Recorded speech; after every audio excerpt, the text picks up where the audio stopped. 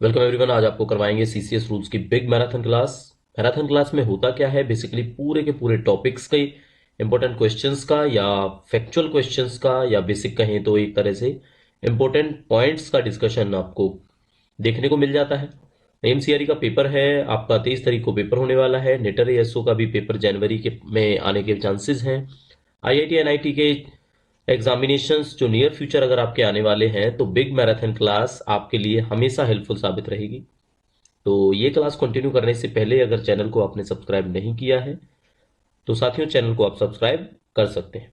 Further information के लिए हमारा टेलीग्राम चैनल मन्नत ऑफिशियल यूट्यूब के नाम से है, जिस पर इंस्टेंट इन्फॉर्मेशन आपको देखने को मिल जाती है।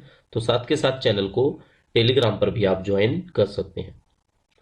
तो इंपॉर्टेंट क्वेश्चंस हमने लिखा हुआ है यहाँ पे, इंपॉर्टेंट क्वेश्चंस का ही डिस्कशन इसके अंदर हम करने वाले हैं। तो ये एक अप्रोच होती है जब आप एग्जाम देने जाते हो तो एक क्विक रिवीजन की रिक्वायरमेंट होती है। वैसे मेंबर्स के लिए तो ऑलरेडी मॉक्स भी हम प्रोवाइड कर चुके हैं, साथ के साथ क्लासेस हैं उनके लिए मोर देन 60 क्लासेस जिसमें उन्होंने अपने टॉपिक्स का रिवीजन अभी तक किया। लेकिन पेपर से पहले अगर एक कंबाइंड तरीके से देखो रिवीजन मिल जाए तो ज़्यादा बेटर होता है। तो बिना किसी डिले के स्टार्ट करेंगे आपका रिवीजन।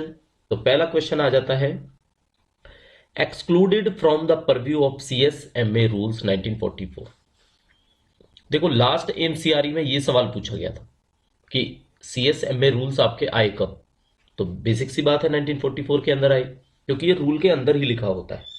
ठीक है, लेकिन बच्चों को थोड़ी सी प्रॉब्लम इस टॉपिक से इसलिए थी क्योंकि इस टॉपिक से कभी भी इससे पहले सवाल इतने ज्यादा नहीं आए थे, कोई ज्यादा इंपॉर्टेंट टॉपिक नहीं होता था ये। लेकिन अब ये एक इंपॉर्टेंट टॉपिक इसलिए बन गया है, अगर लास्ट सीआरई की कंपैरिजन हम करते हैं तो शुरुआत हमें सीएसएमए रूल से ही करनी पड़ती है। तो excluded from the purview of CSMA rules का मतलब है कौन है जिस पर सीएसएमए रूल लागू नहीं होते। तो देखो ऑप्शंस अगर आपको देखने को मिलते हैं, अगर आपको ऑप्शंस देखने को मिलते हैं जिसमें ए ऑप्शन आपको मिलेगा प्रोबेशनर, बी आपको मिल जाता है railway employees, railway employees, C आपको मिलता है अगर ऑप्शन कोई भी स्टेट गवर्नमेंट एम्प्लॉइज जो डेपुटेशन पर जाता है, state government employee on deputation to central government, और डी में मिलता है ऑल ऑफ द अबव। ठीक है, इसका क्या मतलब है? इसका मतलब यह है ऑल ऑफ द अबव नहीं आएगा, इसका आंसर होगा आपका रेलवे एम्प्लॉइज। तो रेलवे एम्प्लॉइज जो मेडिकल अटेंडेंस रूल के परव्यू में नहीं आते हैं, एक प्रोबेशनर आता है, स्टेट गवर्नमेंट का कोई एम्प्लॉय जो डेपुटेशन पर जाता है राज्य सरकार से भारत सरकार के अंदर, ठीक है, वो इसके परव्यू में आ जाता है। एक एम्प्लॉय जो अपना लीव प्रिपरेटरी टू रिटायरमेंट पर रहता है, दैट इज एलपीआर। अगर एक ऑप्शन हम आपसे एलपीआर के बारे में भी लिख देते हैं यहाँ पे कि एक गवर्नमेंट एम्प्लॉय जो एलपीआर पर है वो भी इसके परव्यू में आ जाएगा। लेकिन ध्यान रखने वाली बात यही है, रेलवे एम्प्लॉयज परव्यू में नहीं आते हैं। तो सीसीएस के बेसिक हमारे जितने भी रूल्स हैं अगर आप देखोगे तो रेलवे के एम्प्लॉयज हमेशा उन रूल्स के दायरे में नहीं आते, बिकॉज रेलवे के अपने अलग से रूल्स होते हैं। ठीक है, तो देखो बच्चों अब सवाल आ जाता है कि सीएसएमए रूल्स किस पर एप्लीकेबल नहीं होते हैं, किस पर नहीं होते हैं एप्लीकेबल, ये भी आपको याद रखना पड़ेगा। तो पहला जिन पर ये एप्लीकेबल नहीं होते हैं वो हैं सीजीएचएस के एम्प्लॉयज। ठीक है, सीजीएचएस एम्प्लॉयज। अब इसका मतलब ये नहीं है कि सीजीएचएस के ही एम्प्लॉयज, इसका मतलब है जहां पर सीजीएचएस लागू होता है वहां के एम्प्लॉयज। ठीक है, ऑल इंडिया सर्विस के जितने भी ऑफिसर्स हैं वो सारे के सारे सीएसएमए रूल्स के परव्यू के अंदर आते हैं, ऑल इंडिया सर्विस ऑफिसर्स। ठीक है, थर्ड जो है आपको याद रखना है वो डिफेंस के पर्सनल्स है, डिफेंस पर्सनल्स। ये बच्चों बोलने में गलत हो गया है, ऊपर क्वेश्चन लिखा है नॉट एप्लीकेबल और हम बोल रहे हैं आपको कि एप्लीकेबल। तो सीजीएचएस एम्प्लॉइज नॉट एप्लीकेबल होता है इनको भी, ऑल इंडिया सर्विस के ऑफिसर्स के लिए भी CSMA रूल्स नॉट एप्लीकेबल होता है, और डिफेंस के पर्सनल्स के लिए भी रूल नॉट एप्लीकेबल होता है। तो एप्लीकेबल किसके लिए होता है? प्रोबेशनर के लिए होता है। एक वो एम्प्लॉय जो स्टेट गवर्नमेंट से सेंट्रल गवर्नमेंट के अंदर जाता है डेपुटेशन पर, उस पर CSMA रूल लागू होते हैं। और दूसरा वो एम्प्लॉय जो सेंट्रल गवर्नमेंट का एम्प्लॉय है but leave preparatory to retirement है, तो उस पर भी CSMA रूल लागू होते हैं। ठीक है, थर्ड क्वेश्चन देख लेते हैं। Who appoint a private medical practitioner as an authorised medical attendant AMA? कौन अपॉइंट करता है प्राइवेट मेडिकल प्रैक्टिशनर को एक ऑथराइज्ड मेडिकल अटेंडेंट की तरह, दैट इज AMA। तो ये अटेंडेंट वर्ड से अटेंडेंट मत समझना आप, क्योंकि MA जैसे मेडिकल अटेंडेंस है, ऐसे ही मेडिकल अटेंडेंस से MA that is medical attendant, ये आपके डॉक्टर्स ही होते हैं। और AMA के जो डॉक्टर्स हैं वो MBBS भी होते हैं, और AMA के पोस्ट ग्रेजुएट्स भी होते हैं। तो पोस्ट ग्रेजुएट्स का जो फीस है वो अलग होती है CSMA रूल के अकॉर्डिंगली, जो उनको पे करता है गवर्नमेंट। और AM में जो बैचलर्स हैं, MBBS वाले हैं, उनके लिए अलग से। ठीक है, तो दोनों के ऑनरेरियम में या रेट में जो फीस इनको पे होती है उसमें भी फर्क देखने को आपको मिल जाएगा, और आपको आइडिया लगेगा कि इसमें एक डिफरेंस है। तो बताओ उनको अपॉइंट कौन करता है? तो देखो, हेड ऑफ द डिपार्टमेंट है जो अपॉइंट करता है। कौन अपॉइंट करता है? Head of the department. ठीक है, हेड ऑफ द डिपार्टमेंट।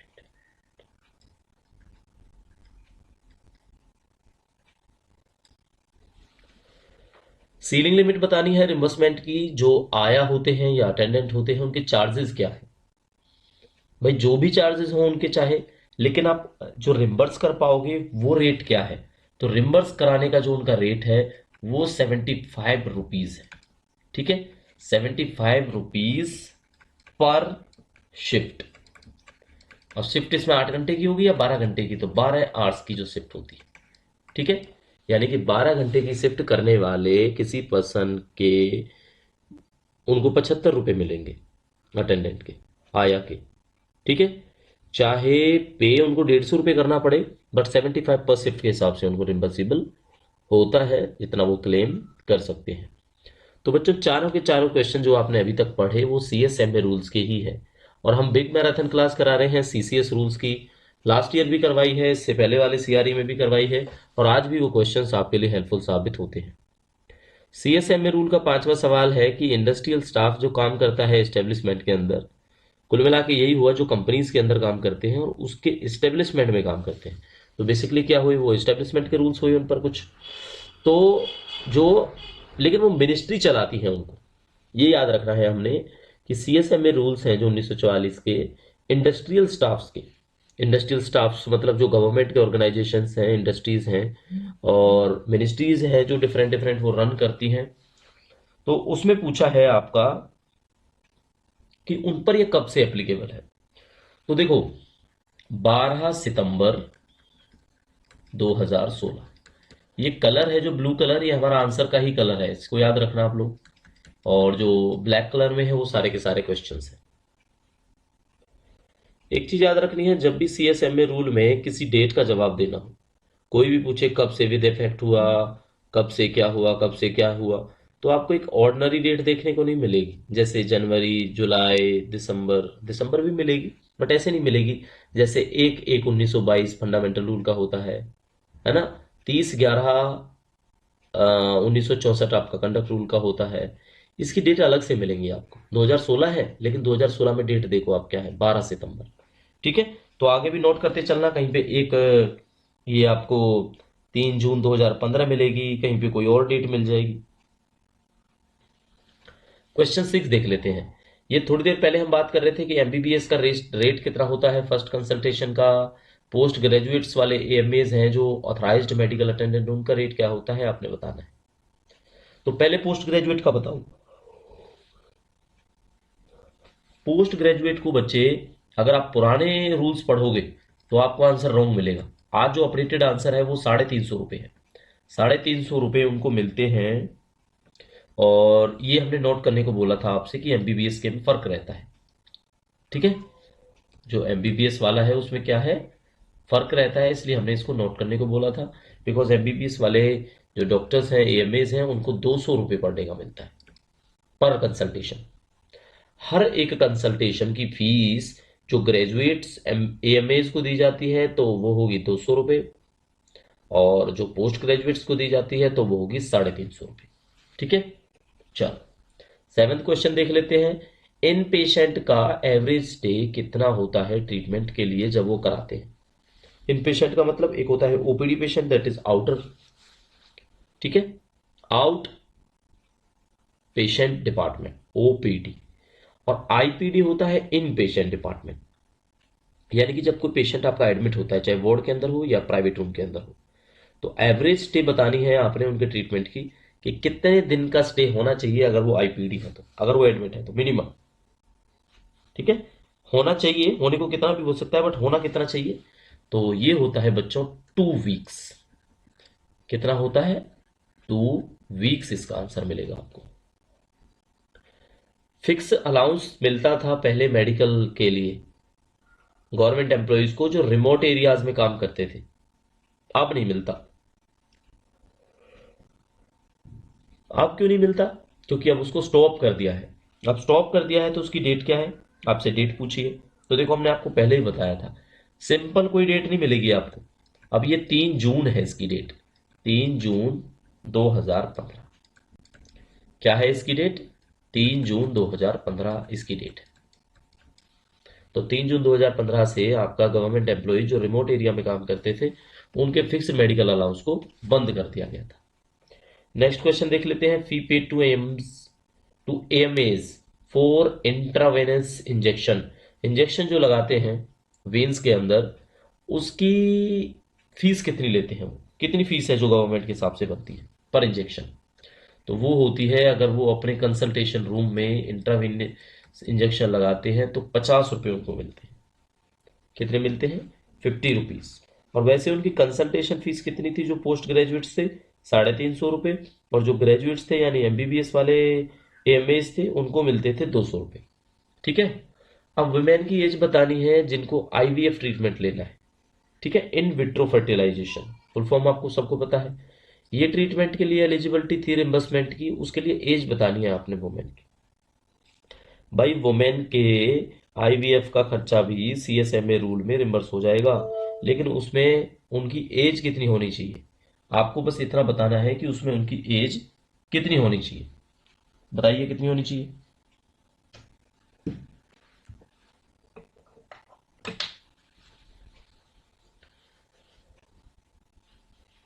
तो देखो बच्चों, एज है जो वो होनी चाहिए 21 से लेके 21 to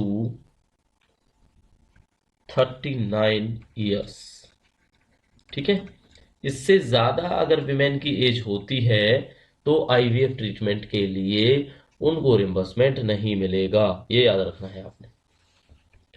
11 नंबर क्वेश्चन पे आ गए हैं हम, रिम्बर्समेंट बताना है। अभी जिस आईवीएफ ट्रीटमेंट की हम बात कर रहे थे तो वो आपका कब से इफेक्टिव हुआ है बच्चों, ये बात बतानी है, ठीक है, क्योंकि पहले तो रिम्बर्स होता नहीं था, अब रिम्बर्स हुआ तो उसके केस भी बताया इन्होंने। क्या केस बताया कि भाई मिनिमम एज है उनकी 21 होनी चाहिए और मैक्सिमम है 39 होनी चाहिए अगर वो आईवीएफ ट्रीटमेंट कराना चाहते हैं। तो रिम्बर्समेंट के कब से मिलना शुरू हुआ, ये 22 नवंबर 2011 से मिलना स्टार्ट हुआ, तो ये डेट भी आपने याद रखनी है। कितनी बार आप कंसल्टेशन कर सकते हो एएमएस के साथ में उनके रूम के अंदर, अगर आप ओपीडी पेशेंट बन के जाते हो तो सीएसएमए रूल के अंदर कितनी बार कंसल्टेशन का प्रोविजन है मैक्सिमम, तो देखो इसमें 4 टाइम्स का है बच्चों, कितना है, 4 टाइम्स। तो 4 बार आपको अलाउ किया जाता है एएमएस के कंसल्टेशन के लिए ओपीडी पेशेंट के तौर पर, अगर आप गवर्नमेंट एम्प्लॉइज हो जो परव्यू में आते हैं सीएसएमए रूल्स 1944 के, ठीक है। इजी क्वेश्चन है, इजी एक्सप्लेनेशन है, इजी आंसर है। मेथड ऑफ टीचिंग या एक्सप्लेनेशन अगर मन्नत ऑफिशियल यूट्यूब पर आपको बेटर लगता है तो एक पॉजिटिव कमेंट के साथ हमें बता सकते हैं, ठीक है। चलो नेक्स्ट क्वेश्चन देख लेते हैं बच्चों, जो है आपका 13 नंबर का क्वेश्चन। 13 नंबर के क्वेश्चन में हमने पूछा है कि इनकम टैक्स का एक्ट है जो 1962 में आया था, वो कब आया था, कब आपका इफेक्टिव हुआ था, कब से लागू हुआ था, तो वो लागू हुआ था आपका 1 अप्रैल से 1962 के अंदर, 1 अप्रैल 1962 62 से है जो वो लागू हुआ था। असेसमेंट ईयर का मतलब बताना है आपने क्या होता है। तो देखो पूरे 12 महीने का पीरियड को बोलते हैं हम असेसमेंट ईयर, जिसके अंदर हम आपको असेस करते हैं, एक तरह से ये समझेंगे। A period of 12 months starting from, कहाँ से स्टार्ट होता है ये, 1 अप्रैल से स्टार्ट होता है। 1 अप्रैल टू 1 अप्रैल, यहाँ पे टू नहीं लिखने की जरूरत पड़ेगी हमें, इसको कर देते हैं बच्चों 1 अप्रैल एवरी ईयर। एवरी ईयर, हर साल 1 अप्रैल से 12 महीने का जो टोटल पीरियड है वो असेसमेंट ईयर बोला जाता है। और इनकम टैक्स आपका जब से लागू हुआ, इफेक्टिव माना गया, वो डेट है हमारी 1 अप्रैल 1962। ठीक है। बुक ऑफ अकाउंट में क्या आता है, तो सबसे पहले बुक ऑफ अकाउंट में आपकी डे बुक्स आती है। क्या आती है, डे बुक्स आती है। डे बुक्स के साथ साथ हम अकाउंट बुक्स की भी बात कर लेते हैं, अकाउंट की बुक्स भी आती है बुक ऑफ अकाउंट में। ठीक है। और साथ में जितने भी लेजर्स बने होते हैं वो आते हैं। तो ये सारी तीनों चीजें मिलकर क्या बना देती हैं, आपका बुक ऑफ अकाउंट्स। ठीक है। क्या बन जाता है, आपका बुक ऑफ अकाउंट्स बन जाता है। ग्रेचुटी है जो आपको पेंशन के टाइम पे मिलती है, रिटायरमेंट के टाइम पे मिलती है, उसको भी टैक्स के दायरे से हटाया गया है। तो कितना कितना रेट है जितना हटाया गया है उसको, लिमिट को, तो आपने ये बताना है। तो देखो इसकी लिमिट बच्चों 20 लाख है। अगर ये आपको ऑप्शंस मिलते हैं 2 लाख, 5 लाख, 10 लाख, तो आपने आंसर देना है 20 लाख। यानी 20 लाख तक की जो लिमिट है ग्रेचुटी की अगर आपको मिलती है तो वो इनकम टैक्स के दायरे में नहीं आएगी, वो बिल्कुल एग्जेम्प्टेड रहेगी, उस रूल से साइड में रहेगी बिल्कुल भी। ठीक है। तो इसमें कुछ ऐसा नहीं है जो कंफ्यूजिंग है। चलो नेक्स्ट चलते हैं बच्चों, सीसीएस के लीव रूल्स हैं 1972 में जो कब आए, आपने सिंपल यही बताना है। तो ये लीव रूल है जो आपके आए, वो आए थे हमारे 1 जून को। 1 जून, तो कब आए बच्चों ये है हमारे 1 जून 1972 को। 1 जून 1972। ठीक है। मैक्सिमम पीरियड ऑफ लीव बताना है आपने। मैक्सिमम पीरियड ऑफ लीव है जो अलाउड है वो बताना है, कितना था वो, कितने दिन की छुट्टी ले सकते हो आप मैक्सिमम, 5 साल की। कोई भी गवर्नमेंट एम्प्लॉई 5 साल से ज्यादा की छुट्टी नहीं ले सकता, अगर एक्सेप्शनल ही केस ना हो बिल्कुल। तो 5 साल तो बहुत होता है ना, कंटिन्यूस एक तरह से मैक्सिमम पीरियड ऑफ लीव है जो 5 साल तक। पैटर्निटी लीव का पीरियड बताओ बच्चों कितना होता है, 15 दिन की मिलती है पैटर्निटी लीव। सवाल मैटरनिटी का पूछा जाए तो पूरे के पूरे 2 साल, जिसमें 365 और 365 दिन जोड़ोगे आप 730 दिन बन जाएंगे। 2 बड़े बच्चों तक मिलती है मैटरनिटी लीव। सेम केस आपके पैटर्निटी लीव का होता है। और पैटर्निटी लीव जब आपने अवेल करनी होती है तो बच्चे के जन्म के 6 महीने तक आप अवेल कर सकते हो। अगर 6 महीने तक आप अवेल नहीं करते हो तो पूरी की पूरी paternity leave that is 15 days आपका लैप्स माना जाएगा। ठीक है। अब लीव रूल की बात कर रहे हैं तो इसके अंदर शेड्यूल है कितने हैं वो आपने बताने हैं, तो बताइए शेड्यूल कितने हैं। इसके अंदर बच्चों 2 शेड्यूल्स हैं। कितने शेड्यूल हैं इसके अंदर, 2 शेड्यूल। मैक्सिमम ईएल बताओ जितनी आपके अकाउंट में हो सकती हैं। तो देखो जब हमने मॉक में पूछा आपसे तो हमने 300 + 15 भी पूछा हुआ है और उसको टिक किया हुआ है हमने।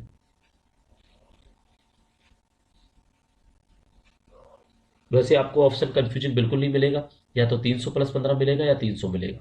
तो वैसे अगर आप पढ़ोगे तो मैक्सिमम जो ईएल का जो क्रेडिट है वो 300 दिनों से ज्यादा नहीं हो सकता। आप सीसीएल की बात पूछ रहे हैं कि जब आप सीसीएल लेते हो तो कितनी आपको मिनिमम लेनी होगी सीसीएल, तो मिनिमम है जो 5 दिन आपको लेनी पड़ेगी। 5, अगर आप चाहते हो कि मुझे 2 दिन की सीसीएल मिल जाए तो सीसीएल 2 दिन की नहीं मिलती। इसलिए मिनिमम कितने दिन चाहिए आपको, कम से कम 5 दिन लगाने पड़ेंगे अगर आपको सीसीएल लेना है तो बच्चों सीसीएल होता क्या है, सीसीएल होता है आपका चाइल्ड केयर लीव। ठीक है। सीसीएल एडमिसिबल किसके लिए होता है बच्चों, तो ये आपको हमने पहले ही बताया हुआ है। 2 एल्डेस्ट, और एल्डेस्ट भी आपके सर्वाइविंग होने चाहिए, 2 एल्डेस्ट सर्वाइविंग। ये गलत आ गया है ना, सर्वाइविंग चिल्ड्रन ओनली।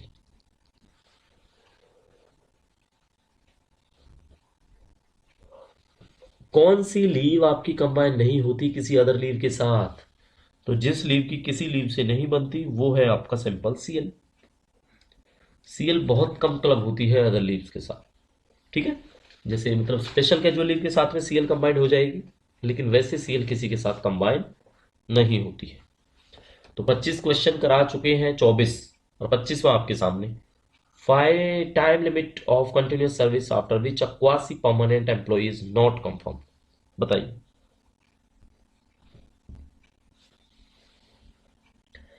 3 साल की मिनिमम सर्विस रिक्वायर्ड होती है, फिर उसको मानते हैं हम permanent employ. Quasi permanent employ है जो कंफर्म नहीं है, तो इसका मतलब क्या है, 3 साल की कंटिन्यूस सर्विस के बाद वो होगा, ठीक है। चलो, आपने मैक्सिमम पीरियड बताना है कंटिन्यूस लीव्स का जो किसी भी टाइप की अलाउड होती हैं परमानेंट गवर्नमेंट एम्प्लॉयज को। तो देखो, maximum period of continuous leave कितना होता है किसी भी एम्प्लॉयज के लिए जो परमानेंट है, तो 5 साल से ज़्यादा नहीं होता, ठीक है। कितना होता है, 5 ईयर्स। ये थोड़ी देर पहले भी हम क्वेश्चन डिस्कस कर चुके हैं। सीसीए रूल्स के कुछ क्वेश्चंस हैं, एक दो पूछ लेते हैं आपसे कि सीसीए रूल्स आपका कब से लागू हुए। तो देखो, दिसंबर में तो लागू हुए थे, आपको पता है। बेसिकली इसका सिंपल एक ये भी क्वेश्चन पूछा जाता है कि हो गया यहीं पे कि भाई 1 दिसंबर को लागू हुए थे, लेकिन 1 दिसंबर कौन सा, तो ये यहाँ से पता लग जाएगा आपको, है ना। 1 दिसंबर 1965 याद रखना है आपने। अब है सेंट्रल सिविल पोस्ट क्लासिफाइड होती हैं कितने तरह से। तो देखो, एक बच्चे ने ये क्वेश्चन पूछा था, हमने मॉक में पूछा, शायद पुरानी क्लासों में पढ़ाया होगा। तो 4 टाइप के ग्रुप्स हमने पोस्ट आपको बताई, लेकिन जब से 7 CPC आपका आया, तो 7 CPC के बाद में सेंट्रल सिविल की पोस्ट को क्लासिफाइड कर दिया 3 ग्रुप्स के अंदर, ठीक है। तो इसका क्या आंसर होगा, 3 ग्रुप्स होगा। और 3 ग्रुप कौन कौन से हैं, group A, group B, group C, 3 ही तो होते हैं, ठीक है। सस्पेंशन का क्या मतलब है, अगर कोई एम्प्लॉय सस्पेंशन के अंदर है, सस्पेंशन का मतलब है उसकी ड्यूटीज को टेम्परेरी हटा दिया गया है, ठीक है। टेम्परेरी विड्रॉल ऑफ ड्यूटीज, ठीक है, विड्रॉल ऑफ ड्यूटीज, कि उनकी ड्यूटीज को भाई कुछ टाइम के लिए, परमानेंट नहीं, टेम्परेरी रोक लिया गया है। अब अगर सस्पेंशन का ही केस हो, तो किसी आदमी को सस्पेंशन में आपने समझना है जब वो कस्टडी के अंदर चला जाता है और इतने घंटे से ज़्यादा अगर वो रह लेगा, तो उसको मानेंगे हम कि ये आदमी सस्पेंशन के अंदर ही है, यानी कि गवर्नमेंट भी उसको सस्पेंड करार दे देती है। तो ये जो आंसर है भरेंगे हम, 48 घंटे आ जाएगा यहाँ पे, ठीक है। डीम सस्पेंशन में क्या होता है, अगर किसी गवर्नमेंट एम्प्लॉय को डिटेन कर लिया जाता है कस्टडी के अंदर और वो 48 घंटे से ज़्यादा कस्टडी के अंदर रह जाते हैं, तो उनको डीम्ड अंडर सस्पेंशन मान लिया जाता है, ठीक है। क्लियर हो गया आपको ये। चलो, नेक्स्ट देख लेते हैं, सस्पेंशन की अथॉरिटी कौन सी है। सस्पेंशन के लिए अथॉरिटी कौन सी होती है, तो देखो, जब आप सबसे पहला आंसर करोगे तो आप लिखोगे डिसिप्लिनरी अथॉरिटी, ठीक है। कौन सी अथॉरिटी, कौन सी होती है बच्चों, डिसिप्लिनरी अथॉरिटी, ठीक है, डिसिप्लिनरी अथॉरिटी। लेकिन अगर डिसिप्लिनरी अथॉरिटी के साथ में अपॉइंटिंग अथॉरिटी भी ऑब्लिक करके आंसर मिलता है, अपॉइंटिंग अथॉरिटी, तो भी आपका आंसर ठीक होगा। लेकिन पहले, सबसे पहले आपने ढूंढना है डिसिप्लिनरी अथॉरिटी, ठीक है। उसी की सस्पेंशन के लिए जो अथॉरिटी कंसर्न होती है वो होती है आपकी डिसिप्लिनरी अथॉरिटी। कितने दिन के रिव्यू के बाद सस्पेंशन को, कहने का मतलब है एक बार पहले रिव्यू कर लिया, रिव्यू करने के बाद सस्पेंशन के पीरियड को कितने दिन तक बढ़ाया जा सकता है, तो मैक्सिमम बढ़ाया जा सकता है बच्चों इसको 180 दिन तक, ठीक है। After review maximum period of review, after review maximum period of suspension extended at a time is 180 days, ठीक है। सेंसर क्या है, तो सबसे पहली बात तो ये है आपकी माइनर पेनल्टी। अब ऐसे हो सकता है आपको ऑप्शन ना मिले, आपको ऑप्शन मिले कि फॉर्मल पनिशमेंट, तो इसको बिल्कुल फॉर्मल पनिशमेंट समझो आप और इसको आंसर टिक कर दो। लेकिन फॉर्मल पनिशमेंट के साथ साथ ये आपका इम्पोजिशन ऑफ पेनल्टी है, इम्पोजिशन ऑफ पेनल्टी, पेनल्टी तो है ही, हमने आपको बता दिया माइनर पेनल्टी है, तो भी आपका आंसर ठीक होगा। और अगर आपसे कोई रिकॉर्ड के बारे में बात कर ले कि उनका रिकॉर्ड खराब कर दिया जाए, record of adverse entry in service book, तो भी क्या होगा, इस चीज को सेंसर मान लिया जाएगा। ठीक है, क्वेश्चन की बारी करेंगे 34। आप देख रहे हो बिग मैराथन क्लास बाय मन्नत ऑफिशियल यूट्यूब चैनल। मन्नत official YouTube channel CCS rules के मामले में कोशिश करता है कि आपको वो चीजें कराए जिस चीज की आपको रिक्वायरमेंट है। तो एक रीजनेबल प्राइस के अंदर आपको हमारा कोर्स भी अवेलेबल हो जाता है, मिल जाता है, उसकी इंफॉर्मेशन हमारे टेलीग्राम चैनल पर आपको मिल जाएगी। ठीक है, चलो सीसीएस रूल्स का देख लेते हैं। क्वेश्चन नंबर 34, जिसमें आपसे पूछा जाता है भाई कितना टाइम अलाउड होता है किसी गवर्नमेंट सर्वेंट को इंक्वायरी के सामने जाने के लिए, अगर उसको इंक्वायरी अथॉरिटी का एक चिट्ठी मिल जाती है, तो कि भी चिट्ठी मिल जाती है कि आपके खिलाफ इंक्वायरी होनी है, तो आपको कितने दिन का टाइम मिलेगा कि आपको इंक्वायरी अथॉरिटी के सामने प्रेजेंट होना होगा? 10 दिन का टाइम मिलेगा बच्चों। कितना मिलेगा? 10 दिन का टाइम। और जो अगले वाला क्वेश्चन है इसमें कितना टाइम मिलेगा, इसमें भी टाइम लिमिट बताना है आपने कि अगर हमने सैंक्शन लेनी है प्रोसिक्यूशन की किसी गवर्नमेंट एम्प्लॉय के, तो कितनी टाइम लिमिट प्रेस्क्राइब की गई है इसके अंदर? सैंक्शन इशू करानी है प्रोसिक्यूशन की गवर्नमेंट सर्वेंट के केस में, तो कितना टाइम लगेगा, क्या लिमिट है प्रेस्क्राइब की गई है? जो टाइम लिमिट वो है बच्चों आपकी 3 महीने, 3 मंथ्स। ठीक है, तो 3 मंथ्स मिलेगा आपको, या कहीं पे लिखा 90 डेज मिलेगा, दोनों के दोनों सेम आंसर है, आपने टिक करना है और आगे बढ़ना है। ठीक है, पेनल्टी बताओ किस रूल के अंदर आता है? तो पेनल्टी आता है आपका रूल नंबर 11 के अंदर। ठीक है, रूल 11, और रूल 11 किसका होगा? ये होगा बच्चों आपका सीसीएस सीसीए रूल्स का। सीसीएस सीसीए रूल्स 1965 लागू कब से हुए, पहला सवाल था। तो लागू हुए आपका 1 दिसंबर 1965 से। कब से लागू हुए ये सीसीएस सीसीए रूल्स? 1 दिसंबर 1965 से। Question number 37, women harassment inquiry competent authority.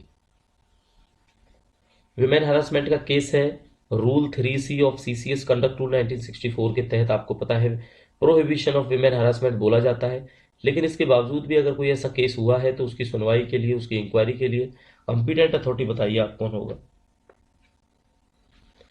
तो इसकी कंपिटेंट अथॉरिटी कोई नहीं होती, इसकी कंपिटेंट अथॉरिटी होती है कंप्लेंट कमेटी। ठीक है, कंप्लेंट कमेटी, जिसको बनाता कौन है? इस्टेब्लिश्ड बाय, जो डिपार्टमेंट बनाएगा आपका या मिनिस्ट्री बनाएगी। ठीक है, जो जैसे कंपिटेंट होगा वो इसको बनाए। किसको? विमेन हरासमेंट की इंक्वायरी कमेटी। और विमेन हरासमेंट की इंक्वायरी कमेटी का जो मिनिमम जो है इंक्वायरी के, अगर आप देखें कंपिटेंट अथॉरिटी, तो वो कंप्लेंट कमेटी है। जिसको आप कंप्लेंट कर रहे हो, कंप्लेंट करने के बाद एक कमेटी बन जाती है, वो कमेटी ही उसकी अथॉरिटी मानी जाती है। अब आपने टाइम लिमिट बताना है for forward, time limit to forward appeal, ये बच्चों कंटिन्यूस है इसके। ठीक है, फॉरवर्ड अपील टू अथॉरिटी और receipt of copy of appeal, इसमें बताओ टाइम कितना मिलेगा?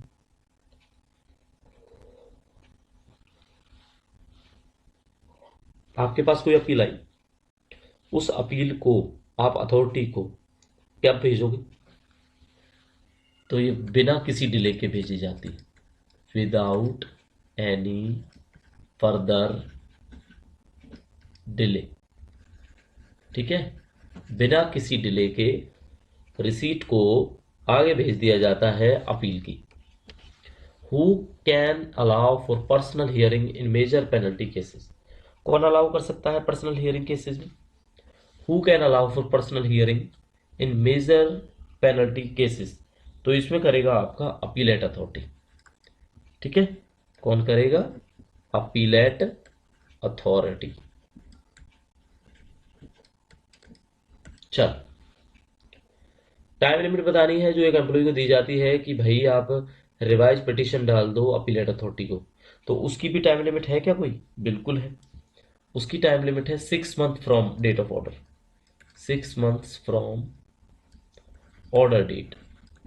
जो भी ऑर्डर की डेट आपको मिली उसके 6 महीने के अंदर अंदर आप क्या कर सकते हो, एक रिवाइज्ड पिटीशन डाल सकते हो अपनी अपीलेट अथॉरिटी को। ठीक है, चलो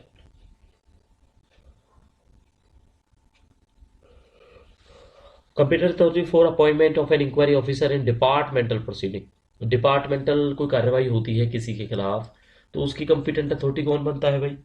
सीधी सी बात है, वही बनेगा जो डिसिप्लिनरी अथॉरिटी वाले हैं। डिसिप्लिनरी अथॉरिटी, डिसिप्लिनरी अथॉरिटी कौन सी होती है? जो कार्रवाई करने के लिए बनाई जाती है। ठीक है, अगर कोई डिसिप्लिन को भंग करता है, कंडक्ट जो सीसीए रूल्स को नहीं मानता है, तो उसको क्या होगा, उसको कॉम्पिटेंट अथॉरिटी जो इंक्वायरी के लिए आदेश दे देगी। ठीक है, इन how many parts is examination of witness done? कितने पार्ट में होती है एग्जामिनेशन ऑफ विटनेस की? जो गवाह लेके आते हैं हम सस्पेंशन के टाइम पे या किसी इंक्वायरी के टाइम पे, तो उसकी बताइए कि भाई विटनेस डन कितने दिन के अंदर अंदर हो जाती है? 10 दिन के अंदर हो जाती है। ठीक है, किसके अंदर हो जाती है? 10 दिन के अंदर हो जाएगी। पार्ट पूछे बच्चों, टाइम नहीं पूछा। 3 पार्ट्स, तो इसका आंसर बोलना है अपने 3 पार्ट्स। ऐसा सप्लीमेंट्री रूल बताना है जिसमें गवर्नमेंट सर्वेंट को बोला जाता है कि भाई जर्नी आप करो, लेकिन हेडक्वार्टर को छोड़कर करनी है आपने, और क्लेम कर देना है टीए। तो ऐसा कौन सा रूल है? ये है आपका एफआर के साथ साथ एसआर भी है, सप्लीमेंट्री रूल 154। कितना है? सप्लीमेंट्री रूल नंबर 154 होता है, जो आपको बात करता है कि गवर्नमेंट सर्वेंट को परमिट किया जाना चाहिए अंडरटेक करने के लिए, जर्नी के लिए कहीं वो जाता चाहता है बाई बस या बाई ट्रेन। ठीक है, या बाई जो भी उसकी इंटरटेनमेंट है। How many disciplinary cases can be assisting government staff at a time while assisting N accused officer? बताइए कितनी फाइलों को वो साथ के साथ देख सकते हैं एक साथ, अगर वो डील करते हैं इस मसले को? तो 3 केसेस को बेसिकली वो देख सकते हैं, बस 3 केसेस। ठीक है, तो डिसिप्लिनरी केसेस जो असिस्ट करते हैं गवर्नमेंट सर्वेंट को at a time while assisting N accused officer, तो 3 केसेस हैं इसके जो अलाउ होंगे। ठीक है, चलो सबसिस्टेंस अलाउंस मिलता है सस्पेंशन वालों को जो सस्पेंशन में होते हैं। तो इस रूल का जो जिक्र है वो फंडामेंटल रूल नंबर 53 में किया गया है।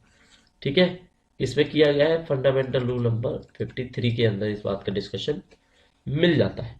अब ये आउट ऑफ द वे है क्वेश्चन कि याद आया 3A 3B 3C, तो आपके अंदर डाल दिया है। 3A में क्या है? 3A में है promptness and courtesy. Promptness and courtesy. ठीक है, 3B में क्या है? 3C में क्या है? Observance of government policies. Observance of government policies. और भैया ई में है आपका prohibition of sexual harassment. Prohibition of sexual harassment of working women. ठीक है, 3A 3B 3C हमने आपको तीनों के तीनों बता दिए। नेक्स्ट क्वेश्चन देख लेते हैं, सस्पेंशन में be extended up to. Suspension को कब तक बढ़ाया जा सकता है? तो ये थोड़ी देर पहले हमने बताया था सस्पेंशन का आपको कि मैक्सिमम अगर पहले रिव्यू के बाद में उसको कितने दिन तक एक्सटेंड किया जा सकता है, तो 180 दिन तक एक्सटेंड किया जा सकता है। तो ऐसे ही ये केस होगा आपका। ठीक है, चलो एक क्वेश्चन हमें लगता है रह गया है पीछे। नहीं, ये की हाँ, फंडामेंटल रूल 53 के अंदर किसकी बात की जाती है? रेट ऑफ सब्सिस्टेंस अलाउंस की बात की जाती है। ठीक है, तो बताइए सस्पेंशन को कितने दिन तक एक्सटेंड किया जा सकता है? तो सस्पेंशन को बच्चों एक्सटेंड कर सकते हैं केवल 180 डेज तक। ठीक है, तो यहाँ पे आपका आंसर हो जाएगा 180 डेज। ये है आंसर। एक तो क्वेश्चन है चाइल्ड एजुकेशन अलाउंस का पूछा जाता है, बच्चे का कितना मिलता है? 2812 रुपये 50 पैसे मिलते हैं एक बच्चे को। ठीक है, कितना मिलता है? 2812 रुपये 50 पैसे मिलता है। हॉस्टल की सब्सिडी बात करेंगे तो 8437 रुपये 50 पैसे मिलती है हर एक बच्चे के हिसाब से। और हॉस्टल सब्सिडी का केस क्या होता है?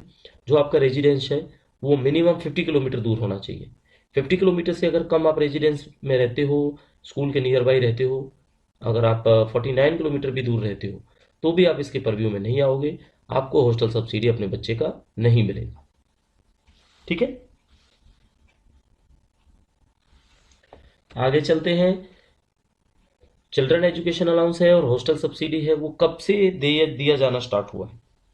तो डेफिनेटली 2017 से शुरू हुआ है, 1 जुलाई 2017। ठीक है, कब से शुरू हुआ है? 1 जुलाई 2017 से हुआ है। अपर एज लिमिट बतानी है चिल्ड्रन की अदर देन दिव्यांग children for reimbursement of CA. देखो, इसमें आपसे पूछा गया है कि दिव्यांग को छोड़कर, क्योंकि दिव्यांग की तो कोई एज लिमिट होती ही नहीं, हैंडीकैप बच्चे को छोड़कर आपने बतानी है कि कितने साल तक आप रिम्बर्समेंट ये वाला ले सकते हो। तो देखो,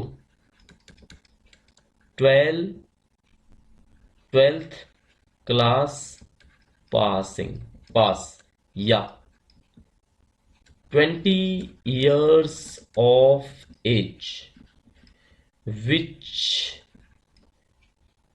इसमें हम क्या लिखेंगे? Which is earlier.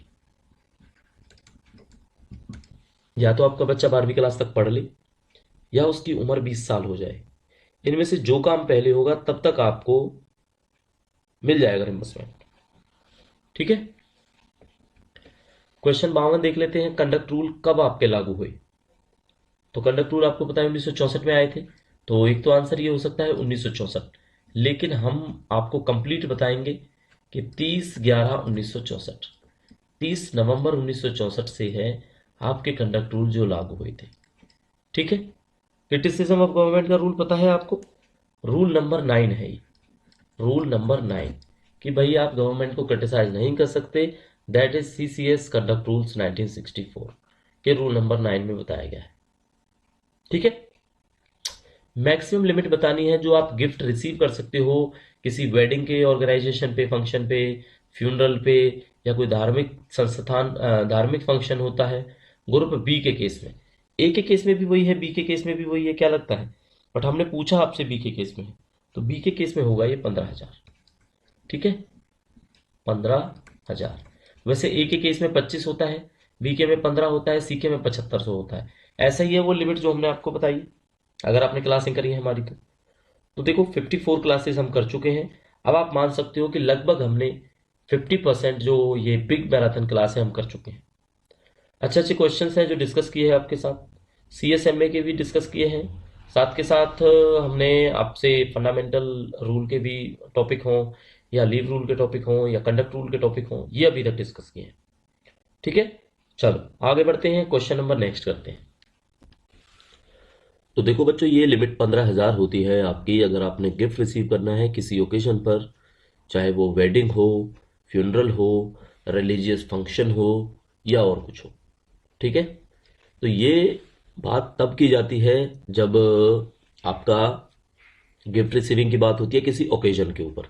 वैसे बेसिकली अगर आप देखोगे तो यहीं पे हम आंसर आपको बता देते हैं जिसमें परमिशन की जरूरत पड़ती है। ए एंड बी ग्रुप को 5,000 रुपए से ऊपर ऊपर परमिशन लेने की जरूरत पड़ती है, और सी एंड डी ग्रुप को 2,000 से ऊपर ऊपर परमिशन लेने की जरूरत पड़ती है, अगर जो कारण है वो वेडिंग, फ्यूनरल, रिलीजियस फंक्शन के अलावा कुछ और होता है तो। ठीक है, बस इतना आपने समझना है जितना अभी आपको बताया है। क्लियर हो गया? 2,000 रुपए सी और डी के लिए है, 5,000 रुपए ए और बी के लिए है जिसमें उनको परमिशन रिक्वायर्ड है, लेकिन फ्यूनरल एंड रिलीजियस फंक्शंस की बात है तो ये लिमिट अलग होती है। ठीक है, फिर ये लिमिट आपको पता है कितनी होती है? 25,000, 15,000 और 7,500। क्लियर है ना ये बात आपको? 7,500 किसकी होती है? Group C and D employees की होती है, और 15,000 किसकी होती है?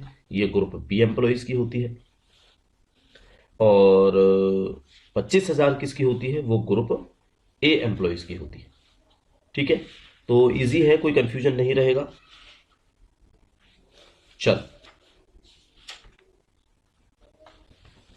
ठीक है, नेक्स्ट क्वेश्चन देख लेते हैं जो है आपका 55। विच एक्ट डिफाइन डोरी? दहेज को कौन सा एक्ट डिफाइन करता है? तो दहेज का आपको पता है एक अलग से एक्ट है, डोरी प्रोहिबिशन एक्ट, लेकिन उसका सबसे बड़ी बात है हमने ईयर याद रखना होता है।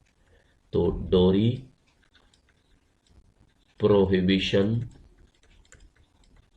एक्ट 1961, इसके अंदर कंप्लीट डेफिनेशन है, कंप्लीट क्राइटेरिया डोरी के बारे में आपको मिल जाएगा जब आप इसको रीड करोगे। तो कौन सा एक्ट हुआ? Dowry prohibition act 1961। No government employ shall employ any child below the age of dash years. कोई भी गवर्नमेंट एम्प्लॉय नहीं करेगा किसी बच्चे को जिसकी उम्र इससे कम होगी। तो किससे कम होगी उम्र? उम्र यहां पे होगी बच्चों 14 ईयर से कम। 14 साल से कम उम्र के बच्चों को आप काम पे नहीं रख सकते, ये बात बोली गई। ठीक है, 56 क्वेश्चंस आपको करा चुके हैं। अब देखो, वैसे हमने बिग मैराथन में कोशिश की है कि आपको अच्छे अच्छे क्वेश्चन वो कराएं जो चांसेस हैं पूछे जाने के, लेकिन फिर भी अगर किसी बच्चे को लगता है कि और क्वेश्चंस उनको रीड करने हैं, तो लास्ट टाइम की हमारी महा मैराथन क्लास है वो जरूर देख के जाना। उसके पूरे के पूरे आई थिंक 150 के आसपास क्वेश्चंस हैं, वो पूरे के पूरे क्वेश्चंस पढ़ के जाना। बाकी मेंबर्स जो हमारे हैं वो मॉक्स हमने जो दिए हैं उनको बार बार रिवाइज करके जाना। ठीक है, और जितनी भी आपने 60+ वीडियोस अभी तक देखी हैं उनको एक बार गो थ्रू कर लेना, चाहे आप पीडीएफ से गो थ्रू कर लें या वीडियो के थ्रू, जैसा आपको ठीक लगे।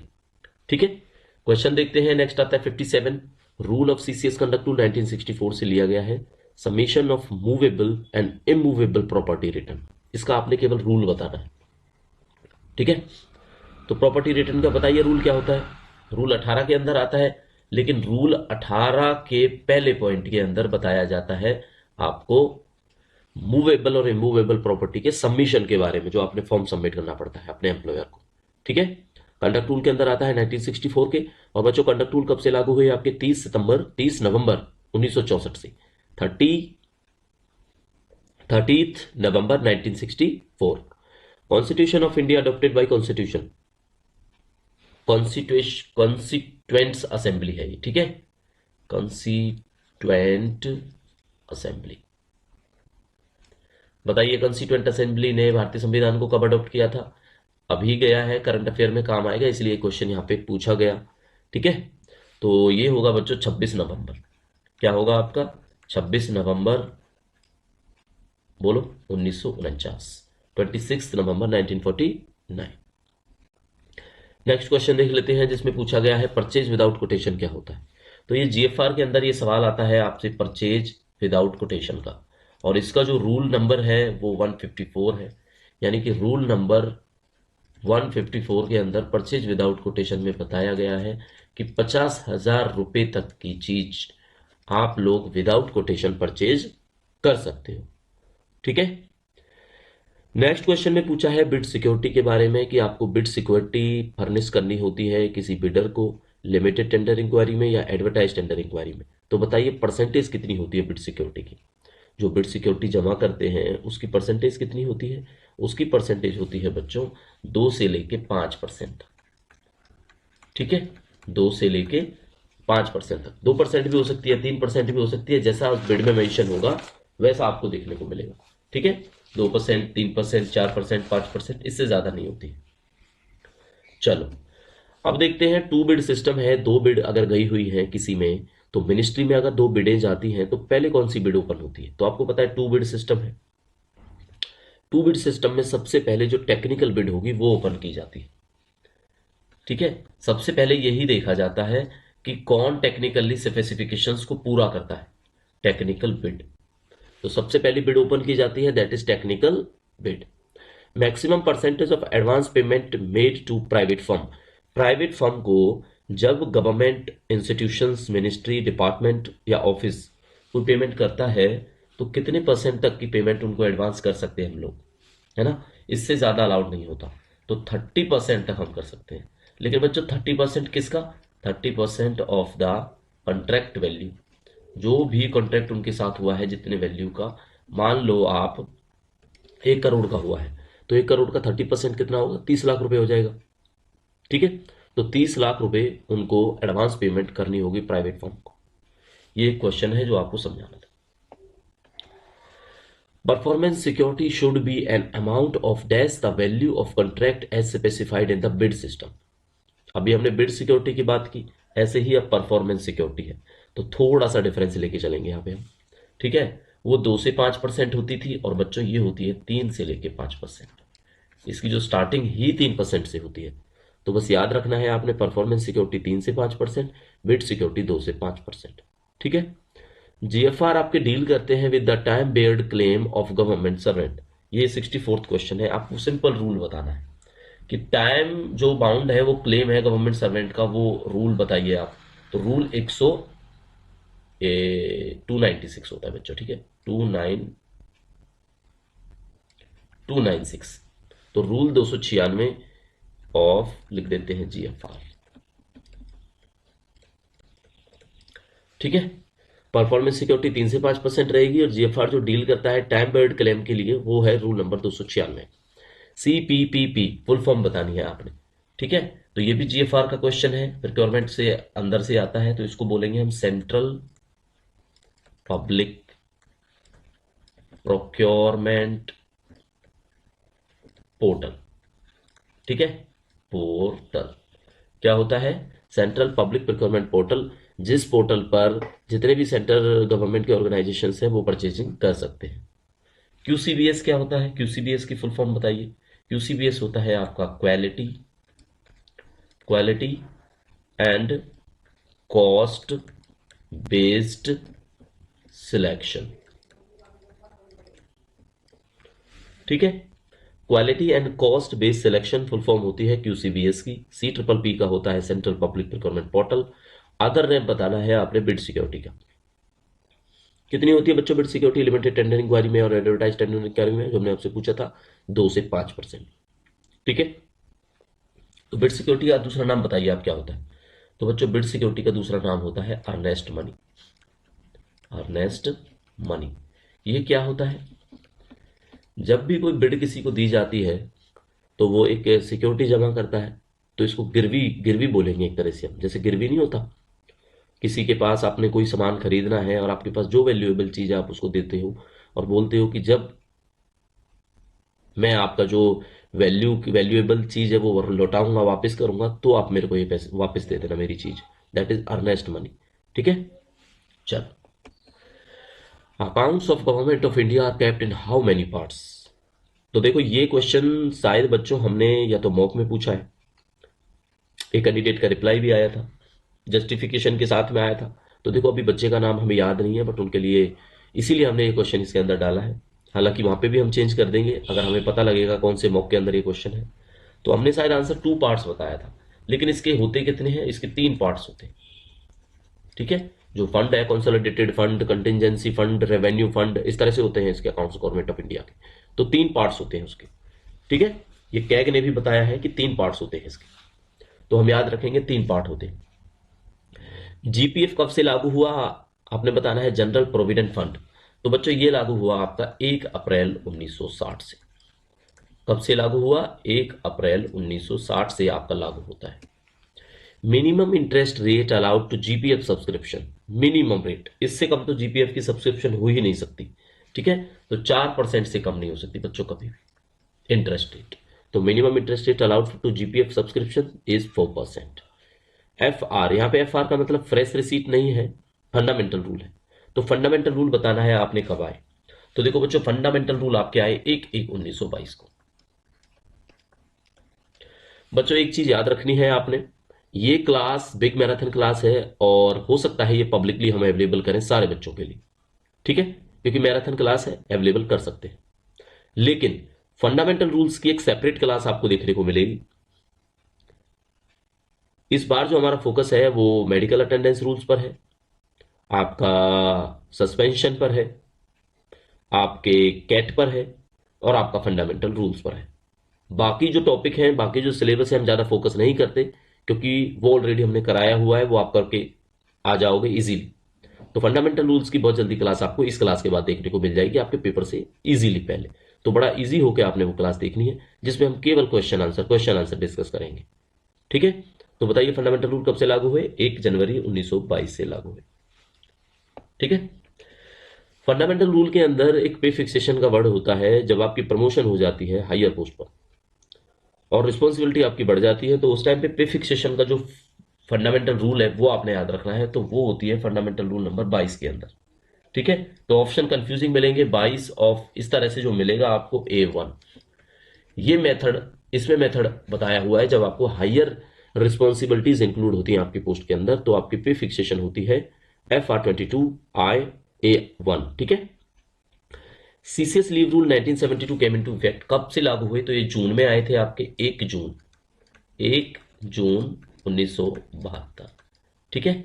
किसी बच्चे को कंफ्यूजन ना रहे, 1 जून 1972 है जब आपके सीसीएस लीव रूल्स आए थे, लागू हुए थे। ठीक है, चलो absence without grant of leave. तो देखो इसको बच्चों हम अनऑथराइज एब्सेंस बोल सकते हैं। तो जब भी हम इसको अनऑथराइज एब्सेंस बोलेंगे तो ये आ जाएगा 17A। कौन सा 17A? फंडामेंटल रूल के अंदर हमने पूछा ये भी क्वेश्चन आपसे। लेकिन लीव रूल के अंदर अगर आपसे पूछा जाता है, यहां पे इस चीज को मार्क कर लेते हैं, इन लीव रूल्स। तो लीव रूल्स में अब्सेंस के बारे में है रूल नंबर 32। तो रूल नंबर 32 का 6th पॉइंट है जो वो अनऑथराइज एब्सेंस की बात करता है, without permission grant of leave की बात करता है। ठीक है, तो फंडामेंटल रूल में क्या होता है, या तो आपको मिलेगा absence without grant of leave, तो फंडामेंटल रूल में आपने बोल देना है कि 17A, या लिखा हुआ मिलेगा आपको अनऑथराइज एब्सेंस, तो भी आपका 17A रहेगा। ठीक है, अब देखो हाफ पे लीव क्रेडिट अगर किसी एम्प्लॉय का 1 जुलाई 2024 को होता है, अगर वो अपॉइंट हुआ है 2/1/2024 को, तो बताइए उनका एचपीएल कितना होगा। तो देखो बच्चों एचपीएल टोटल मिलती है 10, टोटल 6 मंथ्स में मिलती है 10, लेकिन इसके क्या है, 6 मंथ्स कंप्लीट नहीं हुई, 6 मंथ्स नॉट कंप्लीटेड। तो इस केस में क्या होगा, कौन सा मंथ है जो इनका कंप्लीट नहीं हुआ, जैन कंप्लीट नहीं हुआ, तो 1 मंथ का हम कर देंगे डिडक्शन, 1 मंथ एचपीएल माइनस करेंगे। अब एक 6 महीने की 10 है तो 1 महीने की कितनी हुई, 5/3 हुई, 5/3 हुई ना। और 5/3 कितनी होती है, 1 से तो ज्यादा होती है। तो आपको पता है जब हम इक्वलाइज करते हैं तो 2 मानेंगे उसको, तो 2 यहाँ पे हम माइनस कर देंगे, बाकी उनको एचपीएल उनके अकाउंट में हम क्रेडिट कर देंगे। तो 10 में से 2 चले जाएंगे बच्चों, 8 एचपीएल्स हैं जो उनको मिलेंगे। ठीक है, कितनी एचपीएल मिलेंगी, 8 एचपीएल मिलेंगे। ऐसा ही होगा अर्नड लीव के केस में, अगर अर्नड लीव का पूछा जाए 6 महीने में, एक दिन ही कम रहता हो चाहे 6 महीने में, तो देखो वैसे तो बनती है आपकी 15, लेकिन 1 महीने की कितनी होती है, 2.5 होती है। तो 2.5 की जगह हम 3 माइनस करेंगे और आपके अकाउंट में कितना डालेंगे, 12, तो 12 ईएल आपको मिलेंगे। तो ऐसा केस अगर सेम होता है तो 12 ईएल मिलेंगी, 8 एचपीएल मिलेंगी। ठीक है, the leave which is independent of duty period, बताइए ऐसी लीव जो ड्यूटी पीरियड के इंडिपेंडेंट है, तो सबसे इंडिपेंडेंट लीव ही कैजुअल लीव होती है। ठीक है, कैजुअल लीव, इसमें कोई खास प्रोविजन नहीं होता, आप अपने होम से भी इसको ले सकते हो, क्योंकि ये एक तरह से आपातकालीन लीव होती है, आपकी लीव है, जिस मर्जी चाहो आप जैसे ले सकते हो। For which date CCL extended to a single male parent, देखो चाइल्ड केयर लीव आपको पता है मदर को मिलती है, ये भी पता है अगर कोई सिंगल मदर है तो उसको थोड़ी सी प्रायोरिटी ये है कि वो साल में 6 बार एचपीएल सीसीएल ले सकती है। एक बार में सीसीएल आप 5 बार ले सकते हो, 5 डेज मिनिमम, 5 दिन से कम सीसीएल आपकी ग्रांट नहीं होती है। तो ऐसी डेट जिस डेट को मेल पेरेंट को भी मिलने लगी सीसीएल, मेल पेरेंट का मतलब क्या है कि वहां पे जो बच्चे हैं उनके मदर नहीं होते हैं, केवल फादर होते हैं, और फादर जो है वो गवर्नमेंट एम्प्लॉय है, तो वो मेल पेरेंट हुए सिंगल, तो उनके लिए सीसीएल का जो दायरा है वो बढ़ा दिया गया था। और ये दिसंबर 2018 में, आपका पेपर दिसंबर में है ना, आपने बस ऐसे याद रखना है 14 दिसंबर 2018, तो 14 दिसंबर 2018 से ये रूल्स सीसीएल के सिंगल मेल पेरेंट्स को भी दिए जाने लगे। Got it. नेक्स्ट क्वेश्चन पे आएंगे 78।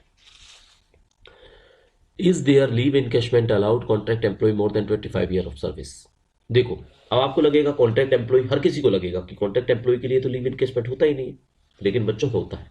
25 साल से ज्यादा अगर सर्व कर लिए हैं उन्होंने, तो उनको 300 दिन का लीव इनकैशमेंट मिलता है, जैसा कि एक गवर्नमेंट एम्प्लॉयज को मिलता है।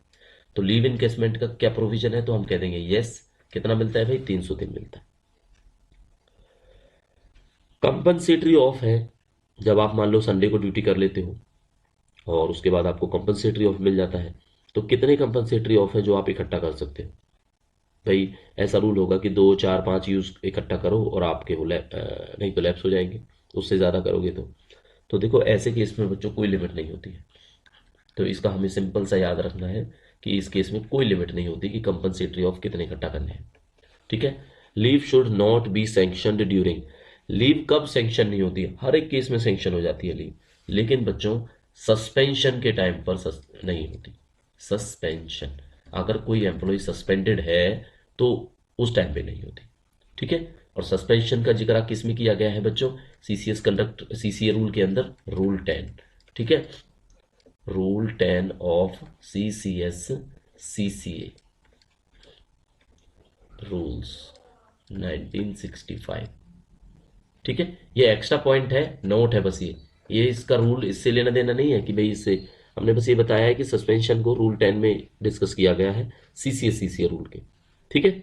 रिकॉल टू ड्यूटी का रूल है, आप छुट्टी गए हो लेकिन फिर भी आपको ड्यूटी पे बुला सकते हैं अगर कोई एक्सीजेंसी हो जाती है तो रिकॉल टू ड्यूटी का रूल नंबर आपने याद रखना है, रूल नंबर जो आपका पेपर है 23 को पेपर है ना, तो रूल नंबर 23 है, बेस्ट है ना याद करने का तरीका। तो रिकॉल टू ड्यूटी अगर पूछा जाए तो रूल नंबर 23 किसका रूल हो सकता है बच्चों, ये होगा आपका सीसीएस लीव रूल्स का, लीव रूल्स 1972। और थोड़ी देर पहले पूछा था लीव रूल कब से विद इफेक्ट हुए, वो हुए 1 जून 1972 से। कब से हुई, 1 जून 1972 से। एलटीसी का ब्लॉक ईयर पूछा गया है, करंट ब्लॉक ईयर कौन सा है, तो देखो एलटीसी का जो करंट ब्लॉक ईयर है वो है 2022 से 2025, ठीक है। ये पूरे 4 साल का ब्लॉक होता है, 3 साल तो सोचना मत आप इसको, 2022 पूरा, 2023 पूरा, 2024 पूरा और 2025 पूरा। क्या जो ये ईयर है ये फाइनेंशियल ईयर होता है या कैलेंडर ईयर होता है, तो बच्चों ये कैलेंडर ईयर होता है।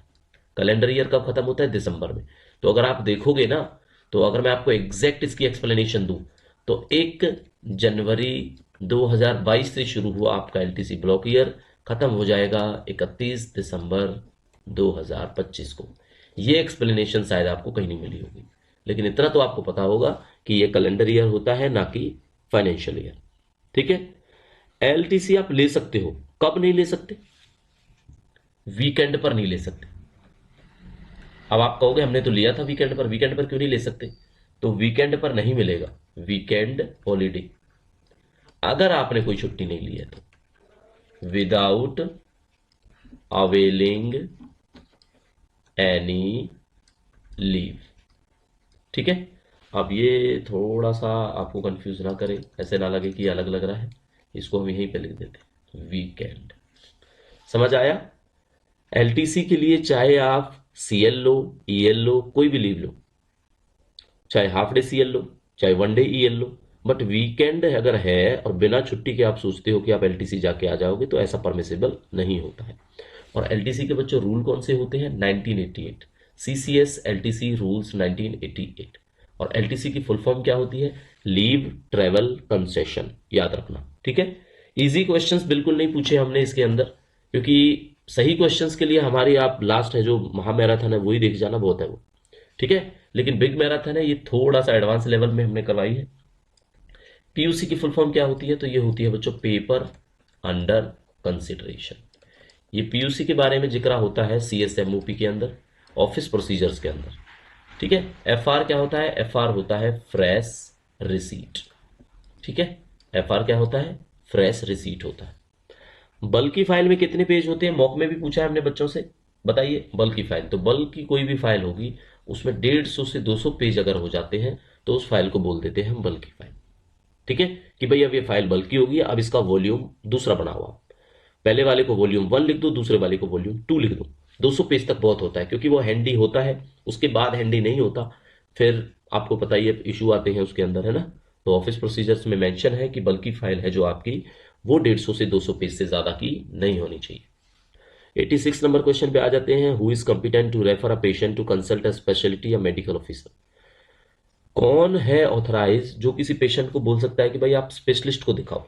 ये क्वेश्चन ना सीएसएमए रूल्स का है, तो चाहे तो हम लिख सकते हैं या आपको बता सकते हैं, तो हमने बता दिया ये सीएसएमए रूल्स का है।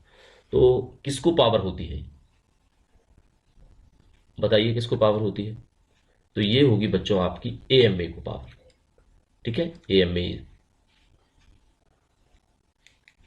एएमए को होती है। एएमए क्या होता है, एएमए डॉक्टर होता है, ऑथराइज्ड मेडिकल अटेंडेंट। ये डॉक्टर क्या कर सकते हैं, ये कह सकते हैं कि भाई आप स्पेशलिस्ट को दिखाओ, अब हमसे काम नहीं चलेगा। देखो नेक्स्ट क्वेश्चन है बच्चों की, पेमेंट या रिम्बर्समेंट अगर मेडिकल एक्सपेंसेस का आपका होता है सेंट्रल गवर्नमेंट के पेंशनर का, ये आपने याद रखना है, एम्प्लॉय की बात नहीं कर रहा, पेंशनर की बात कर रहा है। तो वो उनको अलाउ किया जाता है दो तरीके से, कि भाई आप इंश्योरेंस कंपनी से भी ले लो और सीजीएचएस के थ्रू भी आप रिम्बर्स करा लो। ठीक है, तो ये कब से इफेक्टिव हुई थी ये वाली पॉलिसी? तो आपको पता है सीएसएमए रूल के कभी भी डेट है ना जो, वो इजी डेट नहीं होगी, वो डेट इनकी ऐसी होगी। अब ये देखो 19 फरवरी से होता है, 19 फरवरी 2019 से, सॉरी 2009 से होता है। ठीक है, कब से विद इफेक्ट फ्रॉम है ये? 19 फरवरी 2009 से, कि भाई पेमेंट या रिम्बर्समेंट है आपके मेडिकल खर्चे की, ठीक है, और आप एक पेंशनर हो, तो आप दो तरीके से करा सकते हो, कंपनी के थ्रू भी ले सकते हो और सीजीएचएस के थ्रू भी ले सकते हो। ठीक है, चलो नेक्स्ट क्वेश्चन पे आ जाते हैं बच्चों। 88 क्वेश्चन है, 88th number. Revised TADA entitlements for journey on tour या transfer take effect to all central government employees as per 7 CPC.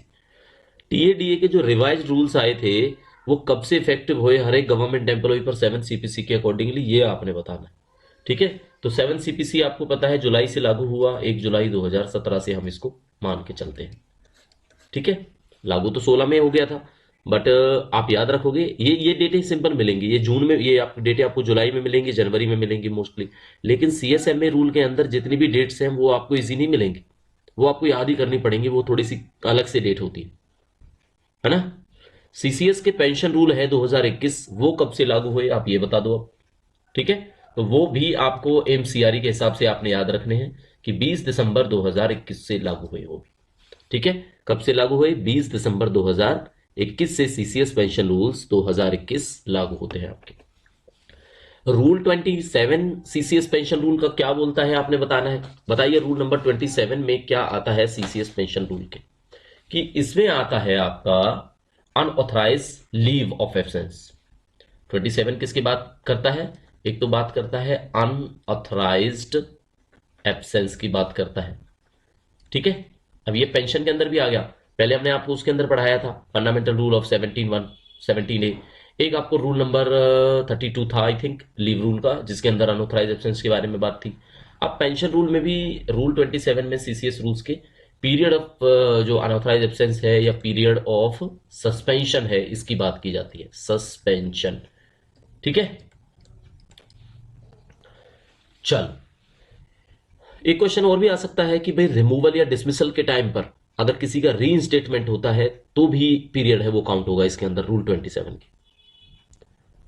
Maximum amount बताना है बेसिक और एनपीए को मिला के, जिसको इमोल्यूमेंट्स बोलते हैं हम, जो पेंशनर से लिया जाता है मेडिकल ऑफिसर्स से under rule 31 of CCS pension rule. कितने तक का मैक्सिमम इमोल्यूमेंट्स है जो आपका हो सकता है बताइए। तो बेसिक और एनपीए मिला के 2,37,000 से ज्यादा नहीं हो सकता। ठीक है, 2,37,500 रुपए से ज्यादा नहीं हो सकता मैक्सिमम इमोल्यूमेंट्स। ठीक है, तो इसीलिए हमने बताया है कि मैक्सिमम जो इमोल्यूमेंट्स है वो 2,37,500 रहेगा। पेंशन में बताइए आप, मैक्सिमम पेंशन कब से है? मैक्सिमम पेंशन है जो, क्योंकि इससे ज्यादा पेंशन नहीं हो सकती, तो बिल्कुल आपको बता देते हैं 2.5 लाख से ज्यादा पेंशन नहीं हो सकती। ठीक है, और ये कब से एप्लीकेबल है कि भाई 2.5 लाख से ज्यादा पेंशन नहीं हो सकती? तो ये जब आपका नया आया था 7 सीपीसी और लागू माना गया था 1 जनवरी 2016 से। ठीक है, चलो pensionary benefits are exempted from the income tax. Income tax के दायरे में नहीं आते पेंशन के बेनिफिट। कौन से पेंशन के बेनिफिट नहीं आते?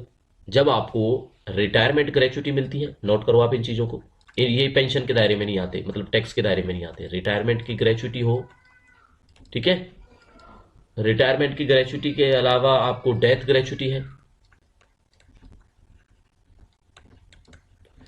या इसके अलावा आपको कम्यूटेड जो पेंशन है वो मिली है।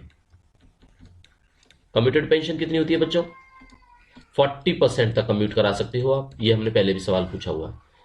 तो इनके पेंशनरी बेनिफिट्स आपके टैक्स के दायरे में नहीं आते हैं, चाहे रिटायरमेंट ग्रेच्युटी हो, चाहे डेथ ग्रेच्युटी हो, चाहे कम्यूटेड पेंशन हो 40%। तो इसके बाद नेक्स्ट क्वेश्चन देख लेते हैं। बेसिक पे बताना है आपको, डिफाइन है फंडामेंटल रूल के अंदर। तो हमने आपसे रूल नंबर पूछा है, देखो किसी की भी डेफिनेशन अगर फंडामेंटल रूल में पूछेगा ना तो वो आएगा हमेशा फंडामेंटल रूल नंबर 9। ठीक है, क्या आएगा? फंडामेंटल रूल नंबर 9 ही आएगा।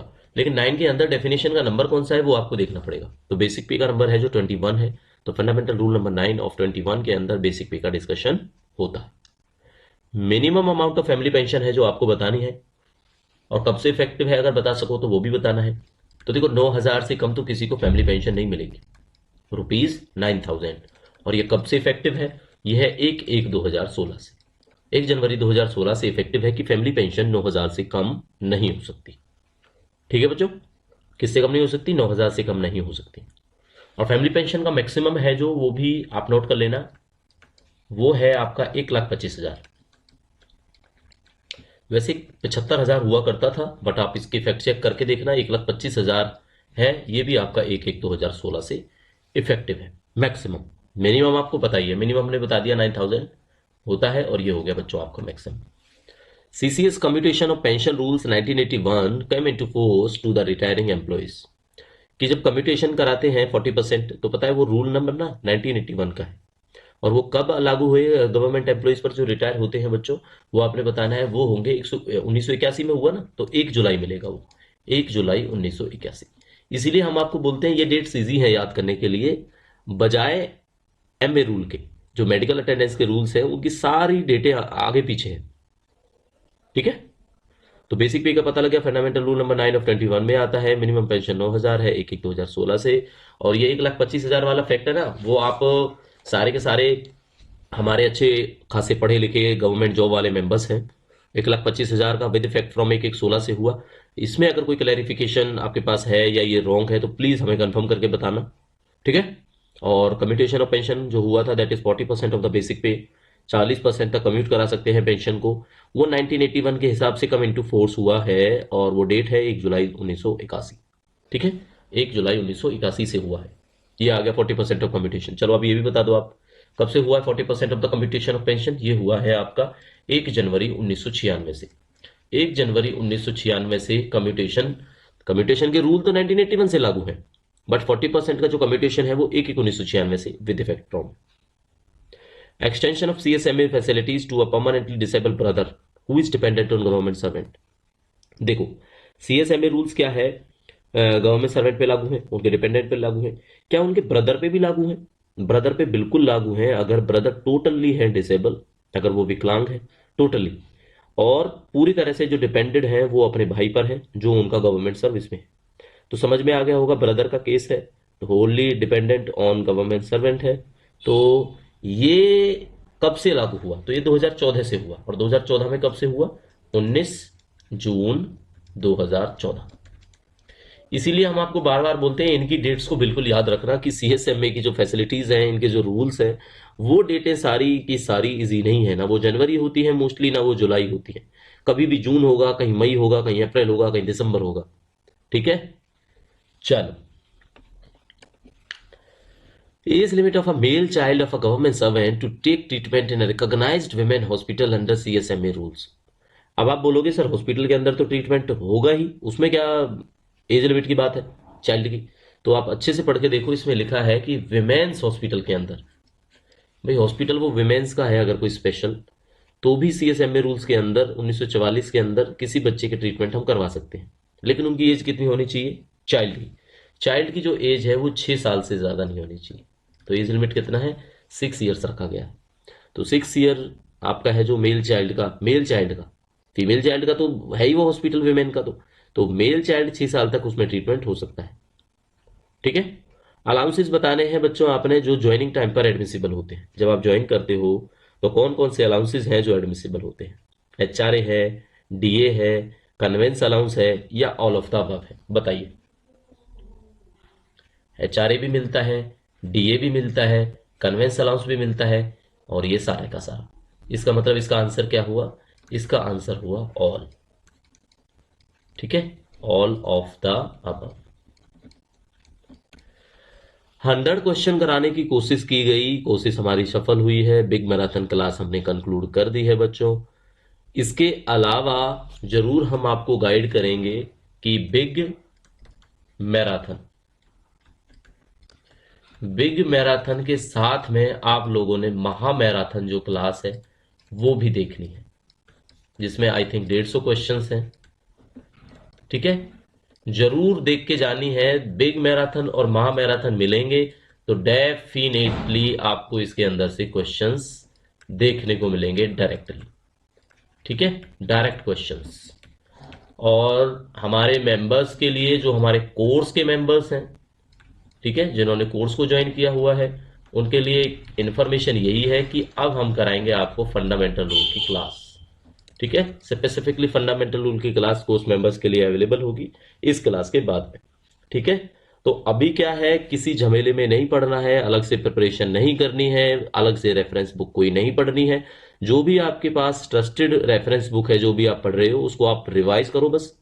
ठीक है, नए टॉपिक को बिल्कुल मत पढ़ो, रिवाइज करो किसी यूट्यूब चैनल से, किसी के नोट्स, या अगर कुछ आपके पास बनाए हुए खुद का कुछ भी है मटेरियल, तो सिंपली आपने रिवाइज एंड रिवाइज रिवाइज करना है। ठीक है, मेंबर्स अगर आप हमारे हो तो आपके लिए मॉक अवेलेबल है, मॉक क्वेश्चंस को आप करिए। तो बच्चों, बिग मैराथन क्लास के साथ ही आप सबको एडवांस में कॉन्ग्रेचुलेशन है कि आप अच्छे से अपना पेपर दे के आए और फोकस रखें सीसीएस रूल्स वाले टॉपिक पर। बिकॉज एम्स सीआरई के अंदर वही बच्चा बाजी मारता है जिसके सीसीएस रूल्स एक बेटर लेवल पर पहुंच जाते हैं। ठीक है, ज़्यादा बेस्ट की ज़रूरत नहीं है, बेटर लेवल पे भी पहुंच जाएंगे। अगर आप 80 के जो सेक्शन है, 80 के सेक्शन में से अगर आप 65 से 70 क्वेश्चंस तक निकाल के आ जाते हो तो बड़ा इजी है आपका सिलेक्शन इसके अंदर।